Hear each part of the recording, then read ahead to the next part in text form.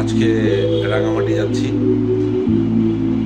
তো পাহাড় পর্বত, লেক, ওখানে যে সুন্দর সুন্দর জায়গা আছে আমরা পরিদর্শন করব এবং সুন্দর সুন্দর জায়গাগুলো আপনাদের দেখাবো। সবাই দোয়া করবেন যেন আমরা সুস্থভাবে ফিরে আসতে পারি এবং পাশেই থাকবেন আমাদের।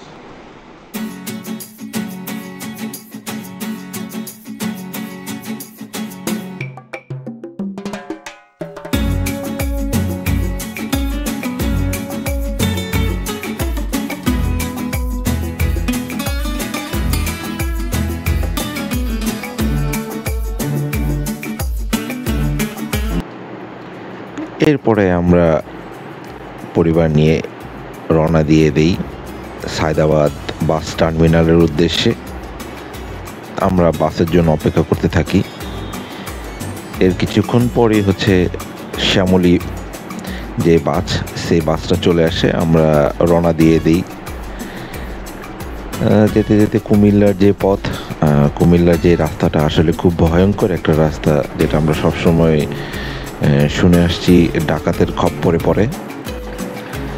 হোটেল নূরজাহান, যেখানে খাবারের দাম খুবই এক্সপেন্সিভ। আপনারা অবশ্যই যাচাই করে খাবার নেবেন। তারপরে আমরা এখান থেকে চা খাই। চা খেয়ে আবারও আমরা রওনা দিই রাঙামাটির উদ্দেশ্যে। বাস আমাদের নামিয়ে দেয় রাত 4টার দিকে, মানে প্রায় ভোরের দিকে। আমরা এই হোটেলটায় আসলে বুকিং করেছি, এখানে উঠবো। আমরা একজনকে ম্যানেজ করে ভিতরে ঢুকি।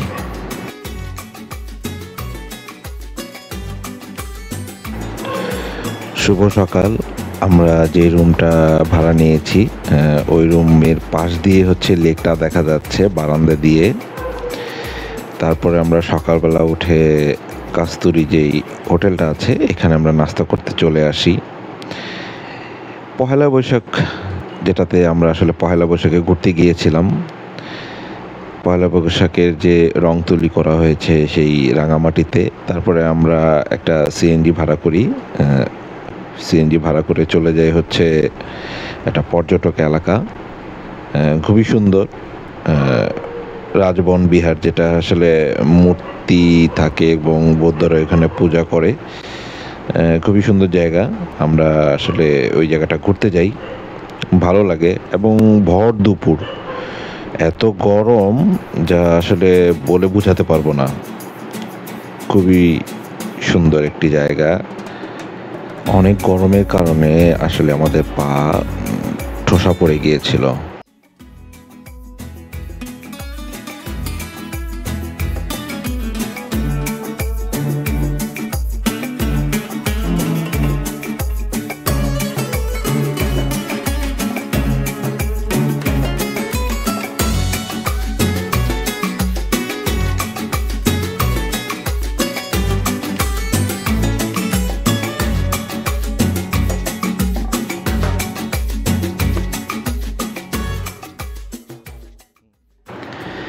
এরপরে আমরা মন্দির থেকে বের হয়ে আমরা অন্য একটি পর্যটক কেন্দ্রে চলে যাই। রাস্তাগুলো আসলে অনেক সুন্দর রাস্তা করেছে। আমি প্রায় 12 বছর পর রাঙামাটিতে আসছি। এর আগে বন্ধু বান্ধব নিয়ে আসছিলাম রাঙামাটিতে। এরপর আমরা চলে যাই আমাদের সেনাবাহিনী একটি পর্যটন কেন্দ্র আছে। আমরা এখন সেদিকটাই যাচ্ছি। খুবই সুন্দর একটি জায়গা। সামনে একটি ব্রিজ আছে। এই ব্রিজটি কৃত্রিম, সুন্দর করে তৈরি করা হয়েছে। এটা দিয়ে গাড়ি ওঠে, প্রাইভেট কার, তারপর বাইক, এগুলো এখান দিয়ে যায়। এই খুবই সুন্দর একটি আসলে জায়গা। আপনারা আসলেই দেখতে পারবেন। আমরা আসলে একটু গরমের ভিতরে গিয়েছিলাম, যে কারণে আমাদের অনেক গরম লাগতেছিল।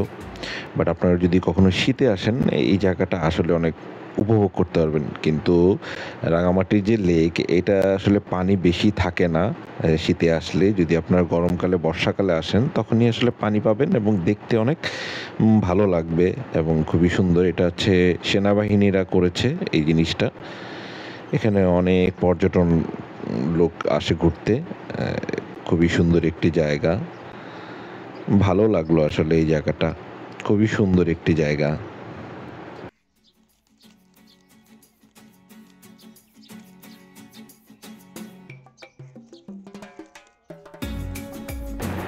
এরপর আমরা আরেকটি পর্যটন কেন্দ্র আছে সেখানে চলে যাই। এটা হচ্ছে পলয়েল পার্ক।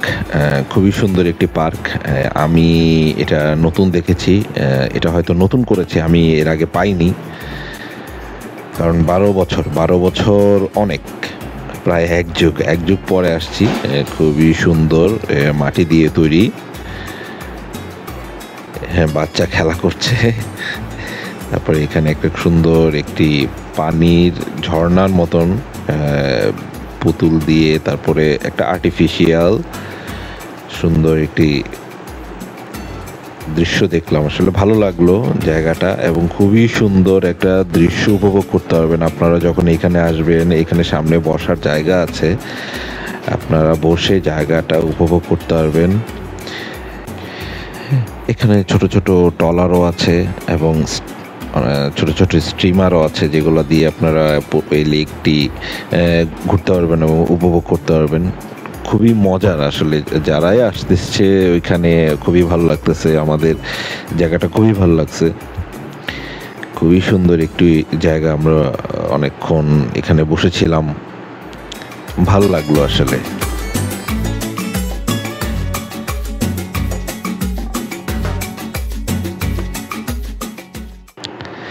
এরপর আমরা ভিতরে ঢুকে দেখি যে এখানে কৃত্রিম একটি ঝুলন্ত ব্রিজ তৈরি করা হয়েছে। এ হচ্ছে রাঙামাটির 0 পয়েন্ট।